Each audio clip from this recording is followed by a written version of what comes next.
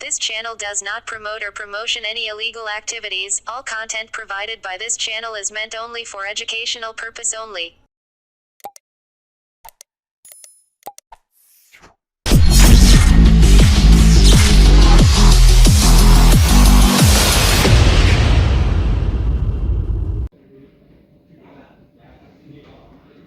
আরজিকর কাণ্ডে আজকে ধৃত সঞ্জয় রায়ের কোর্ট প্রোডাকশন ছিল।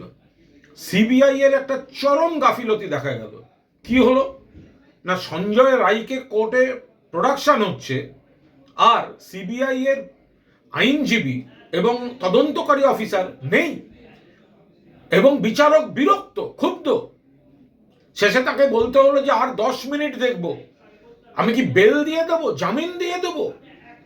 তারা চাইছিলেন আরো সময়, আরো দেরি, অথবা ভার্চুয়ালি আসতে, নানা রকম সব কাণ্ড কারখানা। মনে রাখতে হবে, এই সঞ্জয় রায় আরজিকরের একমাত্র গ্রেফতার, যে গ্রেফতারটা করেছিল কলকাতা পুলিশ।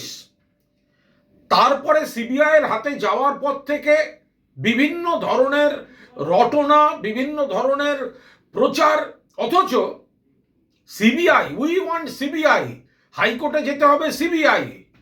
তাহলে সিবিআই এর এই যে চরম গাফিলতি, এটা তো কলকাতা পুলিশ করেনি, রাজ্য সরকার তো করেনি, রাজ্য সরকার তো ধরে এনেছিল। তাহলে সিবিআই এর যে আজকে এই চূড়ান্ত একটা গাফিলতি লঘু করে দেখা, এটা নিয়ে এই বিজেপি, সিপিএম, কংগ্রেস এরা কি বলবে?